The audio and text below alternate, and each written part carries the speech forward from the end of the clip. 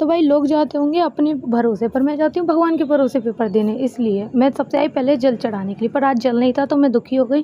फिर मैं गई ऊपर पढ़ने के लिए, क्योंकि हाँ भाई लोग एक रात पहले पढ़ते हैं, पर मैं थोड़ी और अच्छी हूँ कि मैं सिर्फ सुबह पढ़ती हूँ, रात भर नहीं पढ़ती। अब मुझे नींद पर सो नहीं सकते, इसलिए मैं जा रही हूँ नीचे। और आज तो मैंने सोच लिया था जो सबसे पहले कपड़े आएंगे ना वही पहन के मैं तैयार हो। फिर मैंने खाया दूध बिस्किट, और दूध बिस्किट खा के मैं तैयार हो गई कॉलेज के लिए। अब कॉलेज जाके मैंने ये क्या देखा, इतनी सारी लड़कियां। अब भाई मेरा गर्ल्स कॉलेज है तो मुझे लड़कियां ही दिखेंगी ना, हूर के परे तो दिखेंगे नहीं।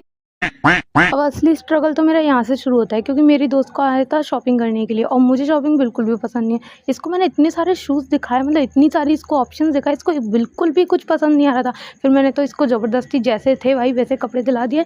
लेकिन हाँ, हम लोगों को एनसीसी का सामान लेने में बिल्कुल प्रॉब्लम नहीं है, क्योंकि इसमें कलर कॉम्बिनेशन का कोई प्रॉब्लम नहीं होता, बस सिर्फ साइज़ देखना होता है। और इसको मैंने जल्दी जल्दी साइज़ निकलवाया, इसको दिखाया, और भाई इसने जल्दी जल्दी ले भी लिया सामान। बट हाँ, एक सजेशन दूंगी कि जब भी जाओ कैश लेके जाओ, क्योंकि इसने फ़ोन पे के चक्कर में ना हमारा पूरा 1 घंटा ख़राब हो गया। मतलब 1 घंटे तक हम लोगों को परेशान होना पड़ा।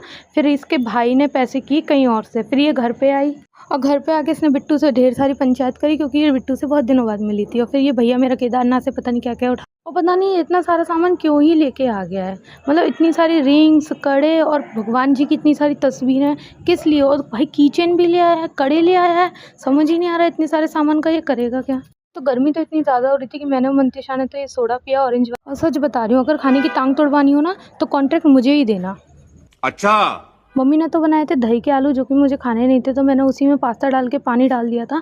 और पानी कल की वीडियो में जितना डालता ना वहाँ से देख लेना, मैं रोज़ रोज़ नहीं बताऊंगी। इतने तेजस्वी लोग हैं हमारे पास। और आपको कुछ नहीं करना है, कुकर में 1 सीटी लगाने के बाद एक कढ़ैया रखनी है, कढ़ैया में तेल गरम करना है, और फिर आपको जीरा डालना है। और जीरा तो ऐसे चटपटा रहा था जैसे मेरे रिश्तेदार मुझे देख के चटपटाते हैं, लेकिन क्या ही फ़ायदा, चटपटा ही पाते हैं, कुछ कर नहीं पाते।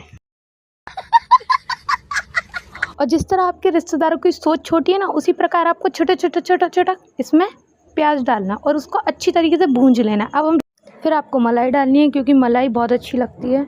क्या है ना, मेयोनेज़ और चीज़ तो कभी कभार नुकसान भी कर जाती है, पर मलाई कभी नुकसान भी नहीं करती, और इससे टेस्ट बहुत अच्छा आता है, और इसका टेक्सचर भी बहुत ज़्यादा स्मूथ हो जाता है। और पास्ता तो मेरे बहुत अच्छी तरीके से बन गए थे। और अब इसमें आपको जो प्याज का मटेरियल बनाया ना वो मिक्स कर लेना। और मैंने प्याज में थोड़ी सी अजीनोमोटो भी डाली थी, जो आप भी डाल सकते हो। फिर मैंने इसको टेस्ट किया, और सच बताऊँ ना, मैं खाने के मामले में बिल्कुल झूठ नहीं बोलती, ये इतना ज़्यादा अच्छा बना था ना।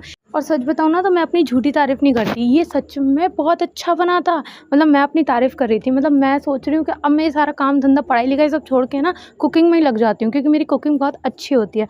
और बिट्टू भी आ गया था, क्योंकि बिट्टू को तो वैसे भी पास्ता बहुत ज़्यादा पसंद है, और जब इतना अच्छा बनता है ना तो बिट्टू और भी ज़्यादा खुश हो जाता है। फिर मैंने और बिट्टू ने तारक मेहता के साथ अपना पास्ता एंजॉय। और इसका इतना क्रीमी टेक्सचर इसलिए आ रहा था क्योंकि इसमें मलाई डली थी, और इसका गार्लिक का टेस्ट भी एक नंबर आ रहा था। और भाई को ऐसा सोता देख तो मैं भी सो गई। मिलते नेक्स्ट व्लॉग में, तब तक के लिए बाय।